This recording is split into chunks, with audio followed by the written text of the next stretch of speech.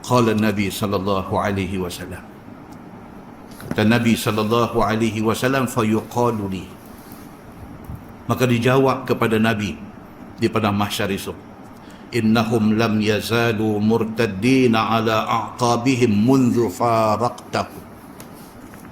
Dijawab kepada Nabi, kata sesungguhnya mereka ni umat engkau, yang engkau kata umat engkau yang tadi kami ambil dia bubuh belah kiri tadi ni, sesungguhnya mereka ni lam yazalu murtaddina ala a'qabikum. Bila engkau meninggal, engkau tak ada, mereka ni memilih untuk murtad daripada Islam. Tuhan bagi tahu dekat Nabi, murtaddina ala a'qabihim, mereka pilih untuk murtad.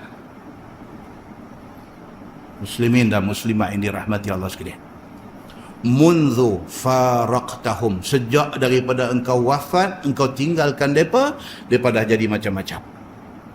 Tak tuan-tuan, wafat Nabi, naik Sayyidina Abu Bakar As-Siddiq.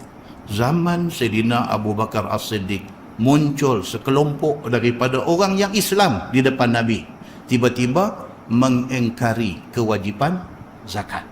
Tak bayar zakat. Dan apabila Sayyidina Abu Bakar As-Siddiq pergi peringat mereka, kata zakat ini benda yang diperintahkan Allah, sabit dalam Quran. Mereka kata tak, zakat bila Nabi wafat tidak wajib lagi. Mereka mengingkari wajib zakat, mereka jadi murtad. Muslimin dan muslimat yang dirahmati Allah sekalian, Allah Subhanahu wa taala habaq dekat Nabi. Allah kata, ya Muhammad, mereka ni betul masa engkau hidup, mereka beriman dengan engkau, mereka beriman dengan Allah. Tapi apabila engkau wafat, mereka sudah murtad daripada agama Islam.